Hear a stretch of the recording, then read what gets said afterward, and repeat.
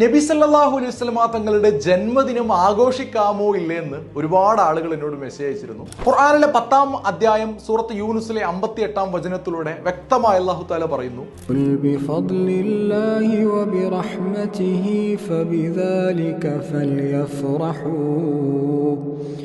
ഹുവ ഖൈറും മിമ്മാ യജ്മഊൻ.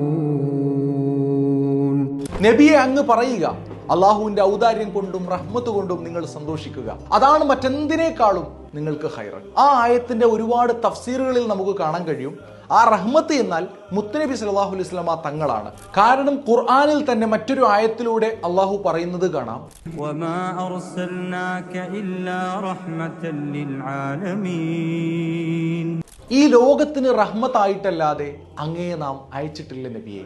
അപ്പോൾ അള്ളാഹുവിന്റെ ഏറ്റവും വലിയ റഹ്മത്ത് നബി സല്ലല്ലാഹു അലൈഹി വസല്ലമ തങ്ങൾ തന്നെയാണ്.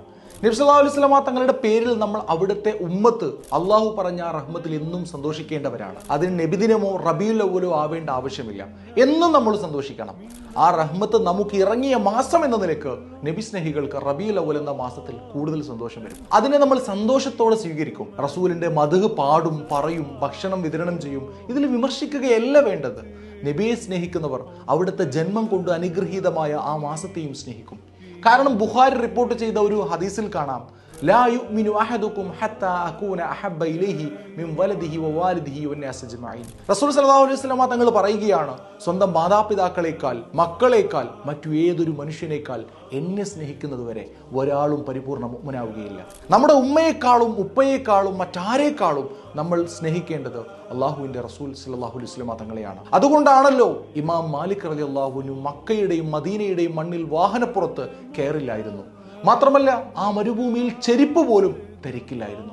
റസൂലിന്റെ നാമം കേൾക്കുമ്പോൾ തന്നെ ബോധരഹിതരായ മഹാന്മാർ, റസൂലിനെ പറയുമ്പോൾ കണ്ണീർ ഒഴുക്കിയ മുൻഗാമികൾ, റസൂലിനെ കേൾക്കുമ്പോൾ തലകുനിച്ച് എഴുന്നേറ്റ് നിന്ന മുഹിബുകൾ, ഇങ്ങനെയൊക്കെയായിരുന്നു അവരുടെ സ്നേഹം. അവിടത്തോടുള്ള സ്നേഹം പ്രകടിപ്പിക്കാൻ ഇസ്ലാം അനുവദിക്കുന്ന ഹലാലായ ഏത് കർമ്മവും നമുക്ക് ചെയ്യാവുന്നതാണ്.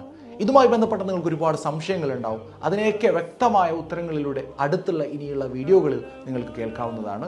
അസ്സലാമു അലൈക്കും വറഹ്മത്തുള്ളാഹി.